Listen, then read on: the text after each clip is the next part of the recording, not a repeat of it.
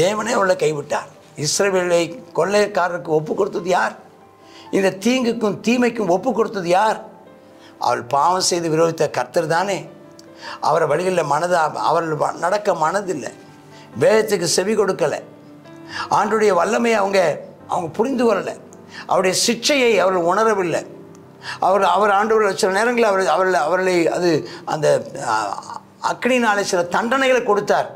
அப்பவும் அவன் மனசில் வைக்கலை, மனம் திரும்பவில்லை. பல தருணங்களை கொடுத்தோம். திருந்துவான் என்று தேறுவான் என்று எத்தனையோ வாய்ப்புகளை கொடுத்தோம். தேராமல் போனபடினால், மனம் மாறாமல் போனபடினால் வேற வழி இல்லாமல் கர்த்தர் அவர்களை ஆமென் ஸ்தோத்திரம் இக்கட்டுகளுக்கும் தீங்குக்கும் தீமைக்கும் ஒப்பு கொடுத்தேன்னு சொல்கிறார். நாம் இப்படிப்பட்ட தீமைக்கு வர வேண்டாம். நாம் அவரை பிடித்துக் கொள்வோம்.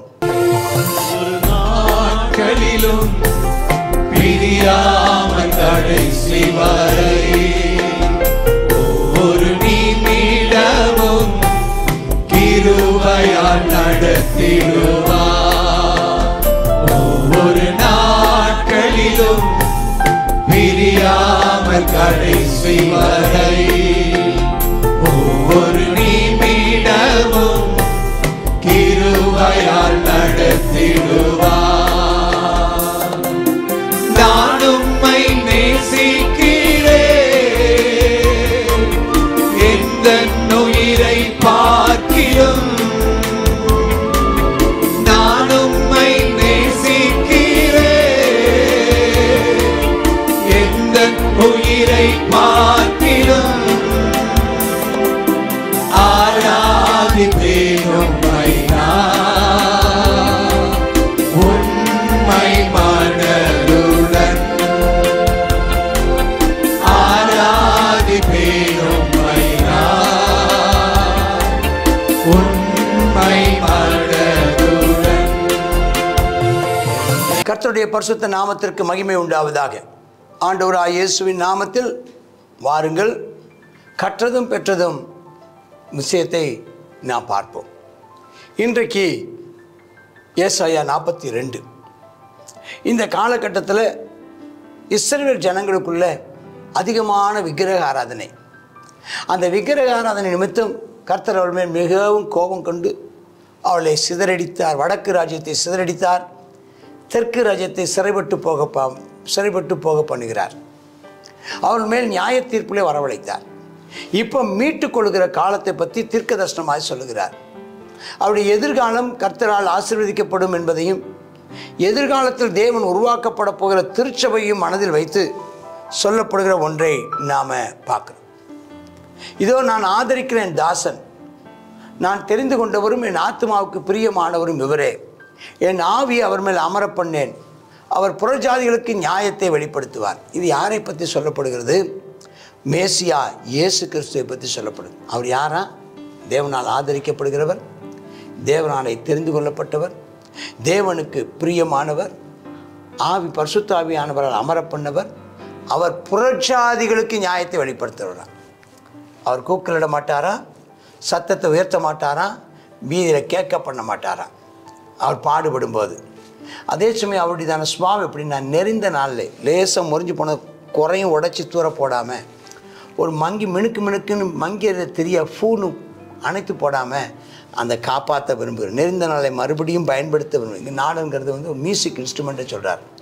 உடஞ்சி போன மியூசிக் இன்ஸ்ட்ருமெண்ட்டை குறையும் உடைத்து போடாமல் அதை சீர்படுத்தி பயன்படுத்துகிறவர். மக்களை ஆனந்தமயமாக்க, சந்தோஷப்படுத்த அந்த கீதத்தை பயன்படுத்துகிறவர், கீத வாத்தியத்தை பயன்படுத்துகிறவர். திரியை அணைந்து போகிற திரியை குறையும் அணைத்து போடாமல் மறுபடி தூண்டி விடுகிறவர்.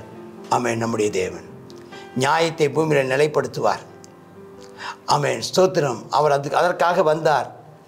அவர் தம்முடைய வசனத்தை மறுபடியும் தம்முடைய ஜனத்தின் மேல் மட்டுமல்ல, புறஜாதிகள் மேலும் ஊற்றுவார். தீவுகள் அவருடைய வசனத்துக்கு காத்திருக்குமா சொல்கிறார். கர்த்தர் அவர் உலகத்தை உருவாக்கி ஆளுகை செய்கிறாராம். அவர் சிருஷ்டிக்கிறார், வானங்களை விரிக்கிறார், பூமியை பரப்புகிறார், ஜலத்துக்கு சுவாசத்தை நடமாடுற ஆவியும் கொடுக்கிறார். கர்த்தராய் தேவன் சொல்கிறார், குருடனுடைய கண்களை திறப்பார், கட்டுண்டவர்களை காவலிருந்து விடுதலையாக்குவார், இருளில் இருக்கிறவர்களை சிறைச்சாலிருந்து விடுவிப்பார். கர்த்தராய் நான் நீதியின்படி அழைப்பார். ஆண்டவர் அவர் ஜாதிகளுக்கு ஒளியாக வைக்கிறார், ஜனத்துக்கு உடன்படிக்கை புதிய உடன்படிக்கை பண்ணுவார். நான் கர்த்தர், இது என் நாமம், என் மகிமை வேறொன்றுக்கும் துதிய விக்கிரனுக்கு கொடுக்க மாட்டேன்னு சொல்கிறாரு. ஆண்டவர் புதியவைகளை அவரே சொல்கிறாரு. புதிய உடன்படிக்கை, புதிய தரிசனம், புதிய ஒரு திருச்சபை என்ற ஒரு புதிய அமைப்பு. நீதி திருச்சபை மக்கள் விசுவாசிகள் என்றதான ஒரு புதிய கூட்டம், யூதர்கள் விசுவாசிகள் என்ற புதிய கூட்டத்தை கர்த்தர் உண்டாக்கினார். அப்போ எல்லாம் பாடுறாங்க. சமுத்திரத்தில் யாத்திரை பண்ணுறவங்க, தீவுகளில் எல்லாம் கர்த்தருக்கு புதுப்பாட்டை பாடுங்கள். ஒருவன் கர்த்தருக்குள் இருந்தால் புது சிருஷ்டியாக இருக்கிறான். கர்த்தரை துதியை பாடுங்கள். எல்லாம் கிராமங்கள்ல இருந்து சத்தம் வருமா? கண்மலையில் இருக்கிறவங்க, கொடுமுடியில் இருக்கிறவங்க எல்லாரும் மகிமையை செலுத்துவார்களாம். எல்லாரும் கர்த்தரை துதிப்பார்களா? கர்த்தர் மிகவும் மகிமைப்படுவாராம். தேவனுடையதான அந்த பொறுமையை குறித்துங்க சொல்லப்பட்டிருக்கிறது. நான் வெகு காலம் மௌனமாக இருந்தேன், ஆண்டவர் சொல்கிறார். நான் சும்மா இருந்து அடக்கிட்டு இருந்தேன். பிள்ளைகளை போல சத்தமிட்டவர்களை பாலாக்கி விழுங்குவேன். நான் மலைகளையும் குன்றுகளையும் தேவனுடையதான அந்த வைராக்கியத்தில் அவர் செய்கிறதான நியாய தீர்ப்பையும் பார்க்குறோம், அவருடைய ரட்சிப்பையும் பார்க்குறோம். இந்த 16வது வசனம் அவருடைய ரட்சிப்பை குறித்து ஒரு நல்ல வார்த்தை. குருடனை அறியாத வழியில் நடத்திட்டு போய் அவர் தெரியாத பாதையில் கொண்டு போய் அவருக்கு முன்பாக இருளை வெளிச்சமாக்குவாராம், கோணலை செவ்வையாக்குவாராம். காரியத்தை கைவிட மாட்டான். அருமை சகோதரா, உனக்கு இப்போ என்ன நடக்குன்னு தெரியலையா? கண்ணை கட்டி காட்டில் விட்ட மாதிரி இருக்குன்னு நினைக்கிறியா? அவன் கையை பிடித்து கொள்ள விட்டு கொடு. அவன் நடத்துகிற பாதை வழியாய் கடந்து போ. திடீரென்று கண்களுக்கு முதாக வெளிச்சத்தை கருத்தை கொண்டு வருவார். நீ மேலும் மேலும் இருளுக்குள்ளே போகவில்லை, வெளிச்சத்தை நோக்கி வந்து கொண்டிருக்கிறாய். எங்கெங்கேயோ சுற்றி சுற்றி வளைஞ்சு வளைஞ்சு வந்த போல இருக்குன்னு நினைக்காதே. ஒரு பெரும் பாதை, ஒரு நெடிய பாதை, பரிசுத்த பாதையில் உன்னை கொண்டு வந்து கர்த்தரை நிறுத்துவார். அவர் உன்னை கைவிட மாட்டார். அதே சமயம் சித்திர வேலையான விக்கிரங்களை நம்பி வார்ப்பிக்கப்பட்ட சொர்பங்களை தேவரன் சொல்கிறவங்க அவங்க வெட்கப்பட்டு போவாங்க. விக்கிரகத்தையும் தங்களுடைய சுயபலத்தையும் நம்பினவர்கள் வெட்கப்பட்டு போயிடுவாங்க. ஆனால் நீங்கள் அப்படி இருக்கக்கூடாது. இந்த இஸ்ரவேல் ஜனங்கள் என்ன செய்தாங்களாம்? செவிடரே கேளுங்கள்ங்கிறார், குருடரே காணுங்கள்ங்கிறார். யாரை பார்த்து? கண்ணிருந்தும் காணாதவர்களும் காதிருந்தும் கேளாதவர்களை பார்த்து சொல்கிறார். என் தாசனை எல்லாம் ஏன் ஜனங்கள் தான் குருடு, ஏன் ஜனங்கள் தான் செவிடர், என்னுடைய மக்கள் தான் இருக்கிறாங்க, புரிஞ்சு கொள்ளாமல் இருக்கிறாங்க. நிறைய காரியத்தை ஆண்டவர் காண்பிக்கிறார். இஸ்ரவேல் ஜனங்களுக்கு 9 பரிசேயர்களை பார்த்து வேத பாடலை பார்த்து சொல்கிறார், நான் செய்கிற காரியங்களை கண்டும் நீங்கள் கவனிக்காமல் இருக்கிறீங்களே, நான் வார்த்தைகளை பேசியும் உங்களால் புரிந்து கொள்ள முடியாமல் இருக்குதே. திறந்தால் செவிகளை திறந்தாலும் கேளாத போகிறாங்க. பிடிவாதமாக, ஒரு வைராக்கியமாக, ஒரு பிடிவாதமாக, வேண்டாம் வெறுப்பாக தேவனுடைய வார்த்தைகளை கவனிக்க தவறுகிறாங்க. கர்த்தர் எவ்வளவோ அவங்க மேலே அன்பாக இருக்கிறார். தம்முடைய வசனத்தை முக்கியப்படுத்தி மகிமை ஆக்கிறார். வசனத்தை அவர் கொடுக்கிறார். எத்தனையோ தீர்க்கதரிசிகள் அனுப்புகிறார், எத்தனையோ ஊழியக்காரர்கள் அனுப்புகிறார். ஆனால் அவர்களோ, இந்த ஜனமோ கண்டும் திருந்தலை, கண்டும் அவள் புரிந்து கொள்ளவில்லை, கேட்டும் அதை விளங்கி கொள்ளவில்லை, இருதயங்களில் மனம் திரும்பவில்லை. அதனால் அடைக்கப்பட்டிருக்கிறாங்க. தப்புவிப்பார் இல்லாமல் கொள்ளையாவாங்க. அவங்களுக்காக வாதாடுவதற்கு ஒரு பரிந்து பேசணும் இல்லாமல் சூறையாடப்படுவாங்க. இதெல்லாம் கவனிக்கிறது யார்? ஏன் தேவனே அவளை கைவிட்டார்? இஸ்ரவேலை கொள்ளைக்காரருக்கு ஒப்பு கொடுத்தது யார்? இந்த தீங்குக்கும் தீமைக்கும் ஒப்பு கொடுத்தது யார்? அவள் பாவம் செய்து விரோதித்த கர்த்தர் தானே.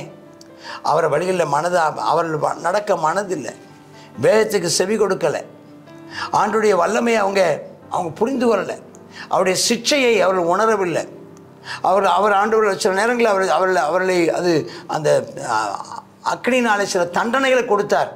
அப்பவும் அவன் மனசில் வைக்கலை, மனம் திரும்பவில்லை. பல தருணங்களை கொடுத்தோம். திருந்துவான் என்று, தேறுவான் என்று எத்தனையோ வாய்ப்புகளை கொடுத்தோம். தேராமல் போனபடினால், மனம் மாறாமல் போனபடினால் வேற வழி இல்லாமல் கர்த்தர் அவர்களை ஸ்தோத்திரம், இக்கட்டுகளுக்கும் தீங்குக்கும் தீமைக்கும் ஒப்பு கொடுத்தேன்னு சொல்கிறார். நாம் இப்படிப்பட்ட தீமைக்கு வர வேண்டாம். நாம் அவரை பிடித்து கொள்வோம். அவருடைய வசனத்தை வாசிப்போம், அதை கேட்போம், அவருடைய கிரியைகளை காண்போம், மனதில் வைத்து அவருக்கு ஏற்றபடி வாழ்வோம்.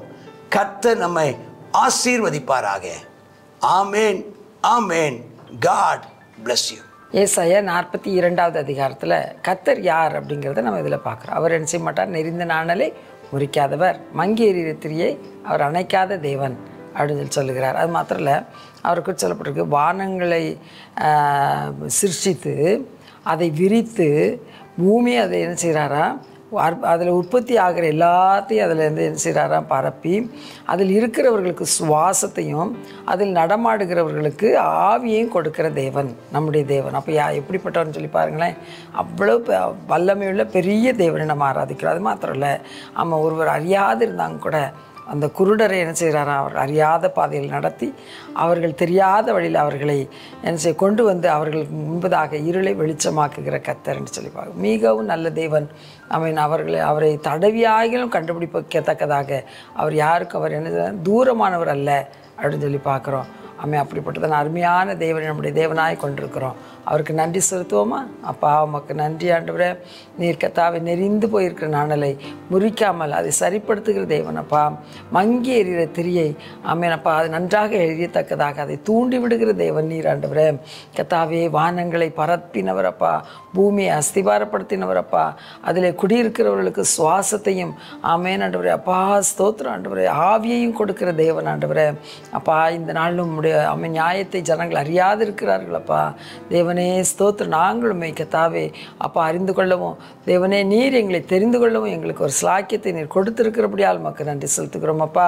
கர்த்தாவே உமக்கு ஸ்தோத்திரம் அப்பா. அந்த குருடனை அப்பா அவன் அறியாத பாதையில் நடத்தி சென்று கண்களுக்கு முன்பதாக அப்பா இருளை வெளிச்சமாக்குகிற எங்கள் நல்ல தெய்வமே.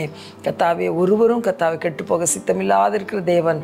கர்த்தாவே ஸ்தோத்திரம் அப்பா. எல்லாரும் தம்மை தெரிந்து கொள்ளத்தக்கதாக நீர் மிகவும் சமீபமாக இருக்கிறபடியால் உமக்கு நன்றி செலுத்துகிறோம். கர்த்தாவே இதை உணர்ந்து ஜனங்கள் மனம் திரும்பவும் அவனுடைய அன்பை அறிந்து கொள்ளவும் கிருபை தாரும், பொறுப்படுத்திக் கொள்ளும், ஆசீர்வதியும். இயேசுவின் நாமத்தில் ஜெபிக்கிறோம் எங்கள் நல்ல பிதாவே. ஆமேன், ஆமேன்.